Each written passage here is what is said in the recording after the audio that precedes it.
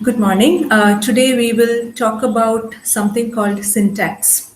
What exactly do you mean by the word syntax? Syntax, in simple words, is word order. So we can say syntax is the grammatical structure of sentences. It is the format in which words and phrases are arranged to create grammatical sentences, right? And this arrangement of words and phrases to create grammatical sentences is called syntax. So, as I said, it is the scientific study of grammar in a language. And where does the word syntax come from? The word syntax comes from the Greek word syntaxis, which means coordination. That is, there are two parts to it. Like, you have the word syn and also taxes. Syn means together, taxes means an ordering. Right? For example, let us look at one sentence. The boy wrote neatly. Right? The boy wrote neatly. Neatly, the boy wrote. The boy neatly wrote. See, this is how you can rearrange a sentence to create different syntax. Like the child laughed happily. The child laughed happily. The child happily laughed. Happily, the child laughed. So, just by rearranging one word in the sentence, you can create varied syntax. And each is grammatically correct and acceptable in English language. So, what is the difference between syntax and diction? As I already said, syntax is the arrangement of words that make a grammatical sentence, whereas diction refers to the choice of words in a sentence. Now, I'll just give you three sentences. All these three sentences have similar syntax, but the diction is different. For example, the child laughed happily. The girl wrote neatly. The dog barked loudly. See, you have three sentences with similar syntax, similar word order. That is subject, verb, and object or complement, right? So you have subject, verb, order. So that is a similar syntax, but the diction is different. When you say, what did I say? The child laughed happily, right? The child laughed happily. The girl wrote beautifully. The dog barked loudly. I think I said that, right? The dog barked loudly. So in these three sentences, the diction is different because, as I said, these three sentences follow the structure of subject, verb, complement, or adverb. It's an adverb here. But here, in these three sentences, the diction is different. The word choice is different. So we can say that these sentences have similar syntax but different diction. You also have sentences with similar diction but different syntax. For example, the boy jumped happily. The boy happily jumped. Happily, the boy jumped. See here, the syntax is different. The word order is different, right? And in the second sentence, the boy jumped happily, you have subject, verb, adverb. The boy happily jumped. Subject, adverb, verb. Happily, the boy jumped. Adverb, subject, verb. But the diction is the same. There is no change in the diction, right? So, we can say that in these three sentences, the word order is different, but the diction is the same, or the syntax is different, but the diction is the same. Now, when you look at active voice sentences in English, we realize that active voice sentences do have a strong, we can say that the subject, like the subject is doing the action, right? So every active voice sentence, we realize that the subject does the action, and the sentences would usually follow the basic subject, verb, object format. In simple sentences, when you look at simple sentences, when you say the boy laughed, right, you have a simple subject verb format, right? When you look at compound sentences, when you have more than one subject, suppose you say I did not drink coffee but I drank tea, right? There also you see the same kind of syntax, subject, verb, format, even in complex sentences, right? Complex sentences are sentences that have a subordinating clause, a subordinate clause. It can be a noun clause, it can be an adverb clause, or it can also be an adjective clause. Suppose when I say, the boy cried because he was very nervous. See, there also you have this syntax, the subject, verb, order. So, we have strong active voice sentences where the subject does the action of the sentence, right? So, we understand that grammar is the central part of a language. That is what we've been always talking about, right? We've always learned from our very small classes that grammar is definitely a very central part of language, and it is the mechanism behind every language, right? So every language, we can say, has a system of principles and rules which govern the structure of the elements of that language. And these principles and rules underlying a language constitute its grammatical system, which is automatically internalized during the process of language acquisition. So when we acquire a language, we automatically internalize the grammar of that language or the grammatical system of that language. So in a linguistic community, what is it that makes communication between its members possible? It is the grip over this grammatical system. So the part of the grammar which governs the arrangement of words into higher units, into phrases or sentences, is called syntax. So the syntactic analysis of a language can be described as the structure, it is the description of the structure of its sentences, of the principles of sentence construction in that language. So, we can do syntactic analysis in different ways, and each method that we use to do syntactic analysis is called a syntactic model. So, in other words, you can say that a syntactic model is the statement of a method of description of the syntactic structure of a language. In other words, how do you describe the syntactic structure of a language? The method that is used is called the syntactic model. So, you have a lot of syntactic models, and with reference to English language, which we are going to learn. One is PSG, that is the phrase structure grammar. You have TG grammar, transformational generative grammar. You also have something called IC analysis or immediate constituent analysis. So this is what we are going to actually learn in the coming days about these syntactic models. So before we learn that, let us look at a few terms which we need to understand with regard to this. One is something called grammaticality, something called acceptability, and something called meaningfulness. Grammaticality, acceptability, and meaningfulness. So we always understand that an utterance, a sentence, is a complete unit of speech in a spoken language. We understand that utterances do not exist in written language. It is only the representation that exists, right? So some utterances are both grammatical and meaningful. Some utterances, when we say something, it can be both grammatical and meaningful.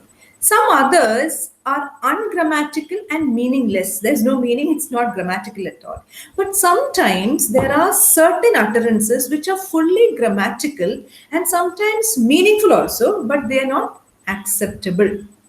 Right? So that is where this concept of grammaticality, acceptability, and meaningfulness come in. So, how do you define grammaticality? So, grammaticality would be a feature by it's a feature by its own. It cannot be identified with acceptability, and so the acceptability of grammaticality should not be identified by its meaningfulness. So when we talk about acceptability, we say that a sentence is accepted in a particular community and in a particular culture. For example, in our culture, we do not address somebody superior to us. It's rude to address a social superior, somebody who's superior to us, by the second person pronoun you. Right? It's kind of rude, right? And so, we understand that acceptability is a sentence. It is the feature of a sentence being accepted in a particular community and in a particular culture. Now, meaningfulness, we talked about three terms: grammaticality, acceptability, and meaningfulness. So, meaningfulness, what do you mean by meaningfulness? So, sentences are grammatically well formed.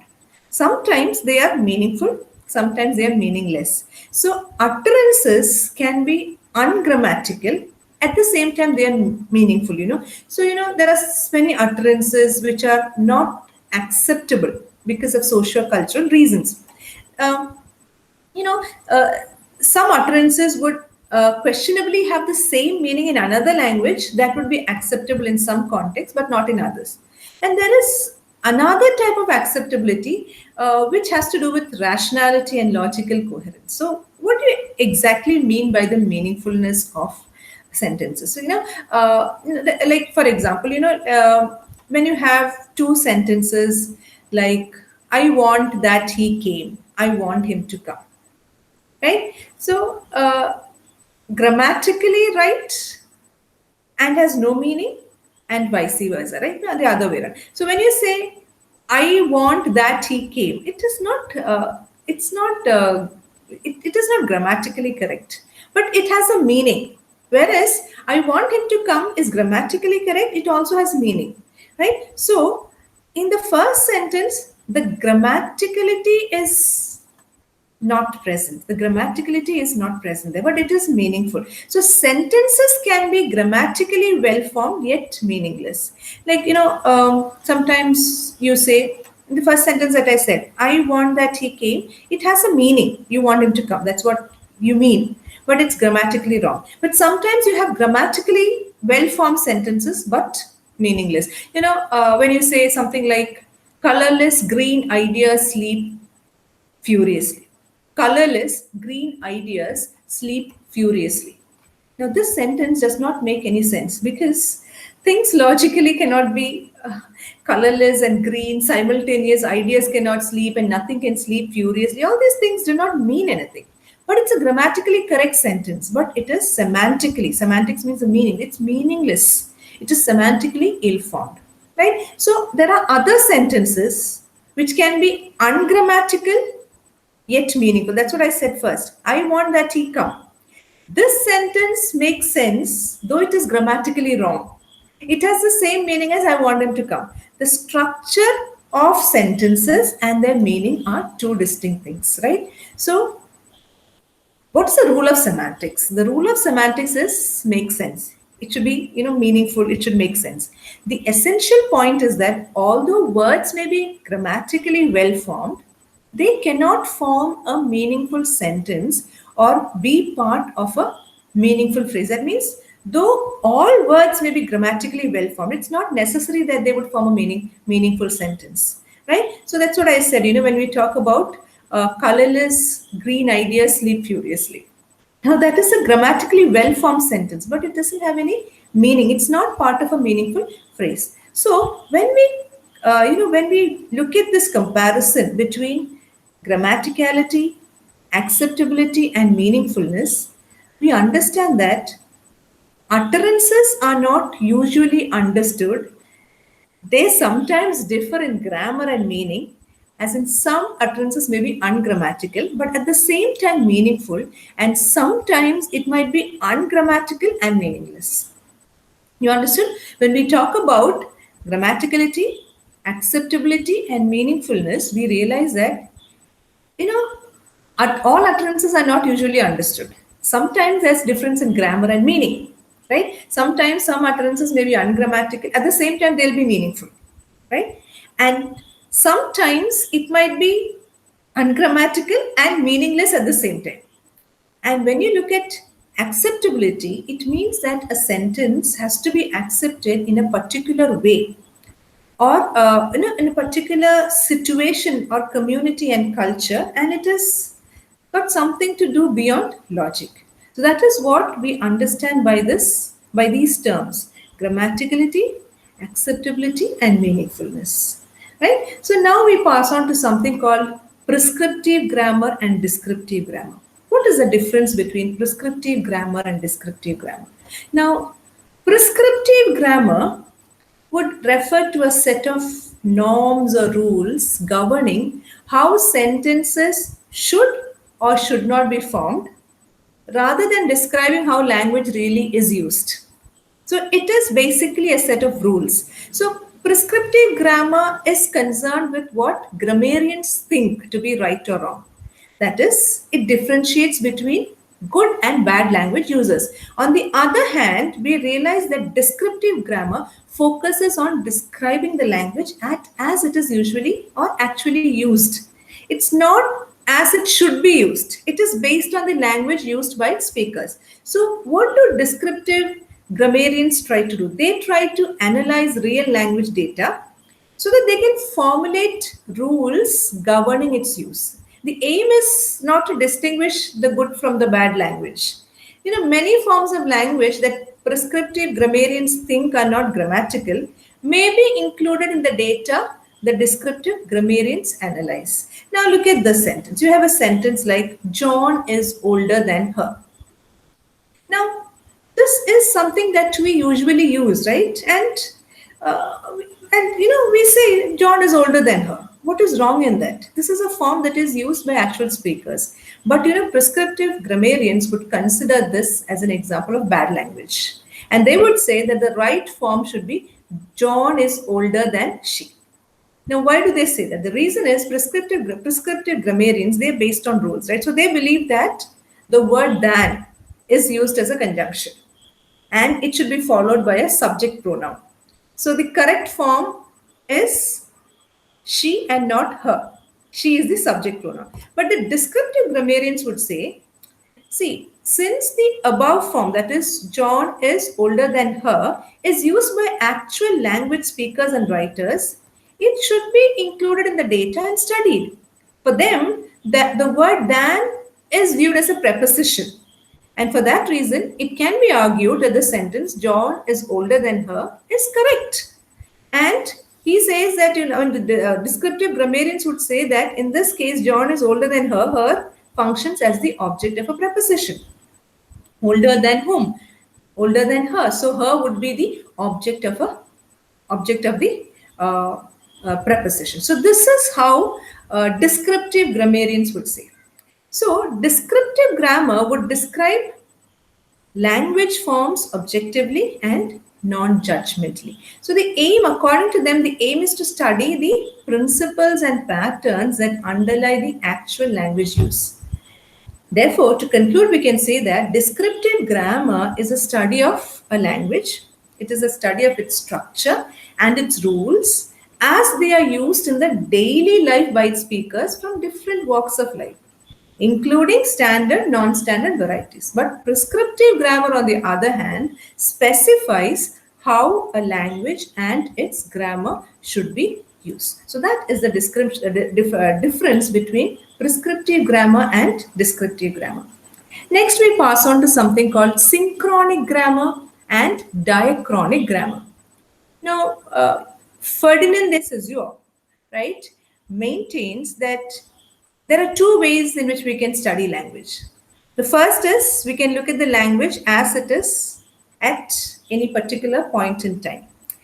So we may study the syntax of Indian English or Australian English or American English in the early 21st century, or you can study the phonology of 17th century French or the patterns of compounding in classical Chinese. All these are synchronic study. It is also known as descriptive study because it is the study of languages at a particular point of time. So you look at the 21st, you look at the particular point of time and then you study the language at that particular point. So you look at American English, 21st century, Australian English, 20th century. You look at classical Chinese, right, which goes back to maybe 10th century, right? When you study French, 17th. So you're looking at that particular point of time. And the other alternative is to look at the way in which language has developed or changed over time, right? Dia. It is concerned with the historical development or evolution of a language over a period of time. So in this way, we might consider the development of English verb system. How has it changed from the old English system to the modern English. How did the Arabic phonology change from the classical period till today? How did Latin change from the classical period to what it is today? So these are diachronic studies, right? Diachronic study is also called historical study. Synchronic study is descriptive study, and diachronic study is historical study. So dia means through diachronic, through time. Synchronic is alike, alike, time, chronos, time. So your synchronic way of studying a language is, or studying a grammar is, looking at the grammar of that language at a particular point, whereas the other way is to see how this language has evolved. How did the verb system evolve? How did the phonology evolve? So that is the historical study. So you have descriptive study as well as the historical study. Another way of studying linguistic units are, it's called the syntagmatic versus paradigmatic relationships. So relationships between linguistic units can be studied by studying the syntagmatic and the paradigmatic relationship. So syntagmatic would refer to the linear arrangement of linguistic units, right? So that is the English written from left to right with elements further to the left corresponding to the elements produced earlier than elements further to the right. So, like when you say, her cat sat on the mat. So in that particular sentence, the word cat would be the element, the first element, right? It precedes the mat in the linear order, linear line, right? And it corresponds to the temporal structure in speech, right? So when you say her cat sat on the mat, we would always, say cat before the mat because of the, we talk about the first element, the second element, the elements in the linear order. Now, the same elements, the cat sat on the mat, are said to be, related to each other syntagmatically, and together they form a syntagm or construction. So, syntagmatic relations are those where a unit derives its combination with preceding and following elements at the same level, right? So, syntagmatic relations are those relations wherein a unit derives its combination with the preceding and the following elements. So, her cat sat on the mat.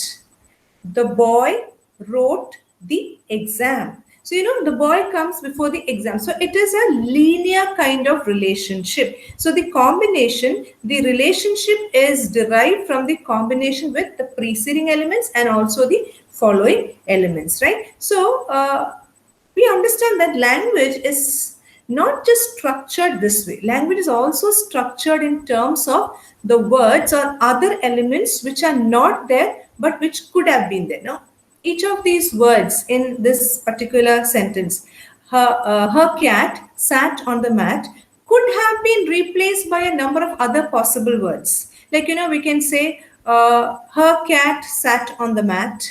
You can replace that by, you can say, this girl sits across your bed. That student walked over her car. My cat ran by their lap. See how you are kind of changing the words, right? You can replace these words by a number of other possible words. So the words in each of these other sentences that I said right now are related to each other paradigmatically. They are called paradigms, since the word belonging to each of these word classes can occur in the same context. So, paradigmatic would be the vertical arrangement of linguistic units. The other one is linear arrangement. These are relations between an element and other elements of the same level which could have occurred in its place, right? So we have syntagmatic versus paradigmatic relationship. So syntagmatic is a linear relationship. What do you mean by a linear relationship? It means that the relations are those the unit derives from its combination with preceding and following elements at the same level. Whereas when you talk about paradigmatic, we understand that these words in the different sentences are paradigms. and they occur in each of these word classes and in the same context. So it is the vertical arrangement of linguistic units. So these are the relations between an element and other elements of the same level which could have occurred in its place. So it is not a linear relationship. It's a kind of vertical relationship, right? So instead of cat, you can substitute cat with anything else, a girl. Girl sat on the mat. So the cat sat on the mat. So you're changing it with girl ran over the. Give me another. You can use another noun there. The girl ran over the bed. Okay, so you can say something like that. So that is changing it. There is a relation between an element and other element. It's a vertical or they're called paradigms, right? And it could have occurred in its place. So that is syntagmatic and paradigmatic relationship. Next, we have something called the signifier and the signified. I think we talked about this when we learned about the characteristics of language. So we learned that language is a system of signs, right? And Ferdinand de Saussure insisted that the linguistic sign has two aspects, right? A sound and a meaning. So the two are tightly linked within a speech community. It can be seen as being the two sides of the same coin, right? So the sign unites the physical set of sounds, that is the signifier, with a particular mental image, which is called the signified. So the linguistic sign is a unity of form and concept. Now, each word is a linguistic sign, and it has a form, term signifier, and a concept, representative term signified. So I talked about this when we learned the characteristics of language. So the relationship between the signifier and the signified is arbitrary. That means you have a signifier for the sign. I told you about the sign, right? The language is a system of sounds. So you have sounds like t, r, e. They are the physical set of sounds. They are the signifier. And what is the mental image that comes to your mind when you say t, r, e? It's an image of a tree, right? It's an image. So immediately when I say tree, you get the image, and that's the signified. Now, the relationship between the signifier and the signified is arbitrary. That means there is no relationship between the sounds and the image that it conveys. There's no relationship between the signifier and the signified. It's arbitrary. Arbitrary means it is decided on social conventions. That is why you have different sounds for the same image in different languages. It is tree. When you look at this branches and you see these leaves and all, you think of tree in English. You immediately say tree in English. But in Malayalam, it's maram. In Hindi, it's paid. Right? So that is why the relationship is arbitrary. There is no relationship between t, r, e and the image of the tree. Similarly, there is no relation between d or g and the black or brown four-legged creature that it signifies. It is the signified, and d or g is the signifier. That is why when you look at this four-legged brown or black creature or white creature, that is why you say dog in English. You say kutta in Hindi. You say patti in Malayalam, right? See, it is different. For each language, the signifier would be different. There is no kind of, we don't have any kind of relationship between the signifier and the signified except that which is arbitrary. So that is about the signifier and the signified. Now we pass on to something called lang and parole. Right? This is also, this concept of lang and parole was first suggested by Ferdinand de Saussure, in his book titled Course in General Linguistics.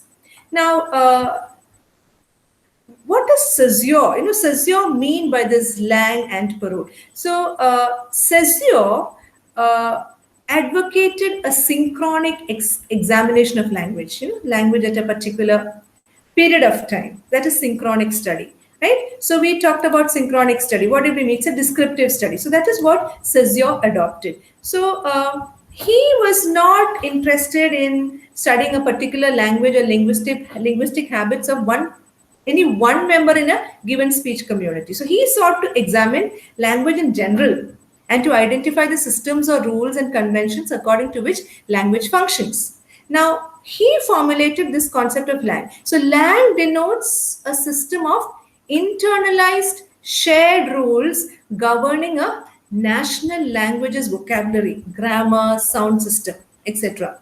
Whereas parole designates the actual oral and written communication by a member or members of a particular speech community. So, we can say that lang represents a system of rules, usages, meanings, structures that are products of human ability to create language and are shared by members of a specific speech community. Now, parole is often compared to speech. It is the concrete realization of a collectively internalized system, and it reflects the personality, the creativity, the physiological capabilities of an individual speaker. So we say that lang would be a system of rules. It would be a system. You have everything in that. You have the sounds, you have the rules, you have the syntax, you have meanings, you have structures, everything within that system. And what is parole? Parole is the speech that you take from the lang. As an individual speaker, how do you take out things from the lang? Right? How do you select sounds? How do you select usages, meanings? How do you collate them together? How do you put them together and bring it out? So my parole would be different from another person's parole. That means that is what I mean by it is a concrete realization of a collectively internalized system. It reflects the personality. It will reflect my personality. When I say something, my creativity, my physiological capabilities as a speaker would come to play. The other person might not speak the way I speak because we all have this lang, right? So it is lang, as Suzio was saying, it is the system of internalized shared rules governing a national language's vocabulary. It has the grammar, sound system, everything. So we as speakers, we take out and we write. So that is why people speak differently in a particular, even in particular states and particular languages. People speak differently. People write differently, right? So there are some people who really speak, who are very creative when they write, when they speak. Some others are not. So this is parole. So parole is actually the actual written and oral communication by the member or members of that particular speech community. Now, based on this lang and parole, which was formulated by Ferdinand de Saussure, the American linguist Noam Chomsky introduced another kind of two other terms, competence and performance. Now, he introduced this in connection with his syntactic model of TG grammar. I talked about transformational generative grammar when I mentioned about syntactic models. Now, he tries to he tries to distinguish between linguistic competence and linguistic performance. It is kind of similar to lang and parole, right? So competence would refer to a native speaker's knowledge of a set of internalized rules, similar to lang, right, regarding the language. These set of rules would underlie his use of the language, his performance. The actual sentences that he would produce with the help of these rules is termed as performance. So you have competence, the native speaker's knowledge of a set of internalized rules, and how he uses these rules, how he kind of brings out his language is the performance, right? So how he tries to produce sentences with the help of these rules is his performance. So the native speaker who is exposed to a finite set of utterances would definitely internalize a set of rules with which he's able to produce an infinite set of utterances and also understand them. So, we kind of, it is almost similar to what Saussure speaks when he talks about lang and parole. So, competence would involve knowing the language, and performance would involve doing something with that language. So you have this set, you know the language, and what is performance? Performance is kind of doing something with that language. Okay, so with that, we'll stop for today. I hope you have understood this. Do you have any questions? If you have any questions, you can ask me now, or we can stop for now. Thank you. Thank you very much.